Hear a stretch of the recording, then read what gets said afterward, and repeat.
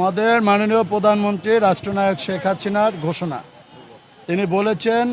যে হতদরিদ্রের মাঝে খাবার বিতরণের জন্য আমাদের কেন্দ্রীয় যুবলীগের চেয়ারম্যান অধ্যাপক শেখ ফজলে হোসেন পরশ এবং সাধারণ সম্পাদক মাইনুল হোসেন খান নিখিলের নির্দেশে আমরা ঢাকা মহানগর যুবলীগ দক্ষিণ,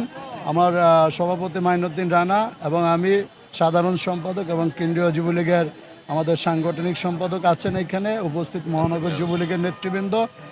এই এলাকার যুবলীগের নেতৃবৃন্দ, আমরা সবাই সম্মিলিতভাবে আজকের আমরা আসলে গরিবদের মাঝে যারা হতদরিদ্র তাদের মাঝে নেত্রীর নির্দেশে আমরা খাবার বিতরণ করেছি এবং আপনারা দেখেছেন সুশৃঙ্খলভাবে আমরা এখানে খাবার বিতরণ করেছি এবং সবাই খাবার পেয়েছে। আমরা এভাবেই আমাদের কার্যক্রম আমরা চালিয়ে যাব। আমাদের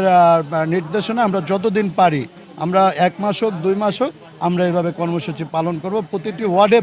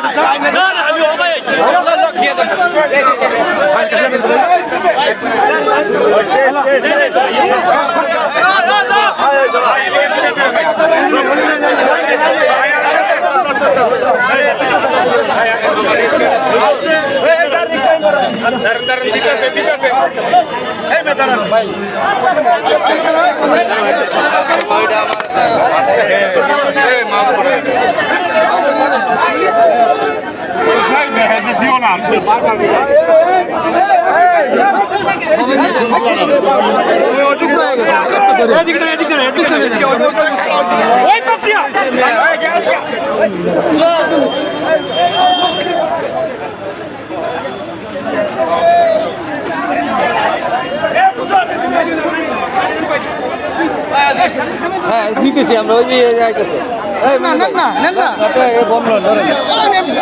বোমটা রাখেন